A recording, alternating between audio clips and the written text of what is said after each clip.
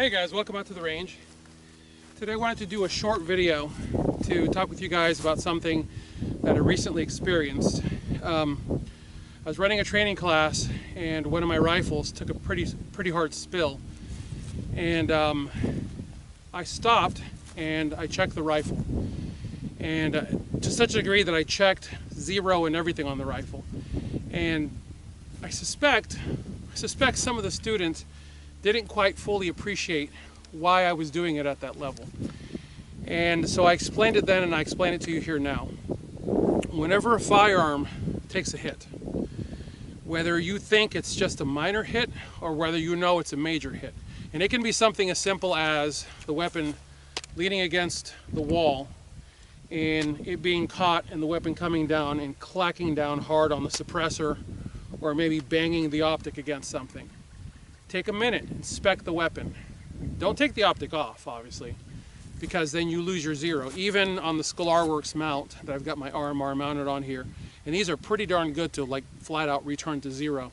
I try not to take optics off things, but I will inspect it. I will make sure that the optic hasn't come loose. I will make sure that the hard sights haven't come loose. I'll make sure that the handguard hasn't worked itself loose. I'll inspect the gap between the upper and the handguard. I'll do all the function checking that needs to be done. If it's my handgun, and I think I mentioned this in a recent video, one of the things that I found several years ago in working with my handgun was I was doing a lot of driving for the company I was working for, and my handgun was spending a lot of time in its holster, in the center console, vibrating like this, and the sight migrated. And it did it just slightly enough that it wasn't painfully obvious until I really paid attention to it and kind of held it up to the light and went, oh, nice, the sights have moved. I had a student out here several months ago. Same exact thing happened to him. And I asked him, actually what I said was, this is your travel gun, isn't it? He goes, yeah, everywhere I go with that gun. And I go, your sights have moved. He goes, how? And I go, probably from it being in your center console, right? And he goes, yeah. Guys, I'm not making this stuff up. I'm standing here in front of this camera telling you the things I've experienced and sharing them with you in hopes that you'll listen and pay attention. Anytime any firearm takes a hit, or anything that's been specifically vehicle guns, that have been exposed to a lot of vibration, you may want to periodically check those zeros. And I'll tell you guys how this is why this is a thing, especially with rifles. One of the things that you do when you're zeroing a rifle, or one of the things I do, but you guys ought to consider doing this too. One of the things I do when I'm zeroing a rifle is I'm on the ground, support hand is laying across the forend, and it is as relaxed as it can be. I fire 3 rounds, and then I check. Typically, because I'm zeroing at 50, I can just see the target clearly, and I can see, okay, those hits are good, or those hits are not where I want to be. I need to be 4 clicks up, 3 clicks right, or something like that. And by the way, when you're zeroing weapons, it's always gross movements to begin with, because you want to have dramatic movement of the dot, or of the impact point. And so I make the corrections.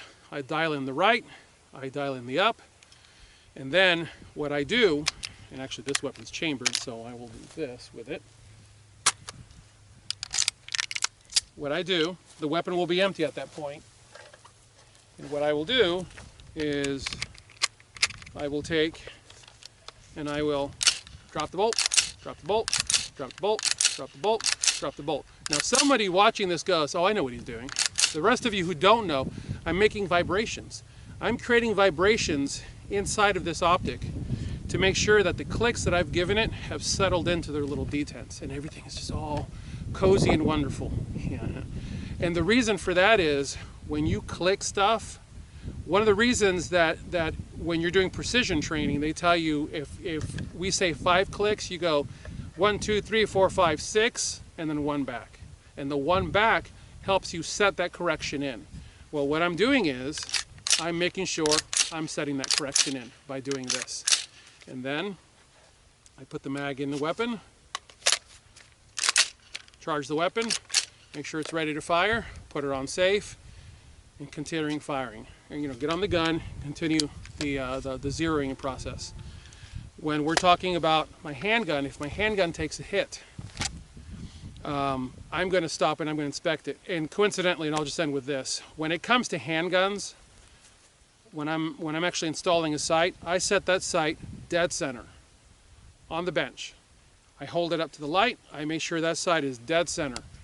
I make sure that that front sight post is dead center, locked in, Loctited, properly torqued, period. It's a handgun, guys. This is not a precision gun. This is not even a tactical gun. This is a gross gun. Gross meaning large, big. So when it comes to handgun, I'm not dialing sights around. I'm making sure that the mechanics of pulling that trigger are correct, so that I'm not doing this as a lefty or this as a righty. I'm making sure that the mechanics of pulling that trigger are correct each and every time, so that I'm maximizing the ability of the handgun to do its job. Because guess what? Handgun sights, properly installed, dead center, are pretty much going to be hitting where that handgun's looking. When it comes to rifle, there's the mechanical offset. This optic cannot possibly hit where this rifle is looking unless I actually slave this to this. And once they're two connected to one another, then I'm good to go. So keep that in mind, guys. When you're working with your firearms, if they take a hit, inspect everything, and I mean everything, because you don't want to guess. You don't say, no, bro, it's good. No, inspect it. All right, guys. So that's what I've got for you today. In closing, I want to remind everyone this channel is 100% viewer supported. Your donations are greatly appreciated. You can donate at tier1citizen.com. and click on the donation tab, and you guys can help support this channel, because I am not corporately sponsored. You're never going to get this video is brought to you by fill in the blank. That's not going to happen. That's not what I do. And at the end of the year here, I'm finding myself going, wow, I put a lot of my own money back into this channel instead of putting it in my pocket to further the search for some property to set up a range to offer training for you guys. So I am now reaching out to the community and asking you guys to help support this channel. As always, I thank you guys for watching. God bless you all. Get those guns out in practice. Have a good one.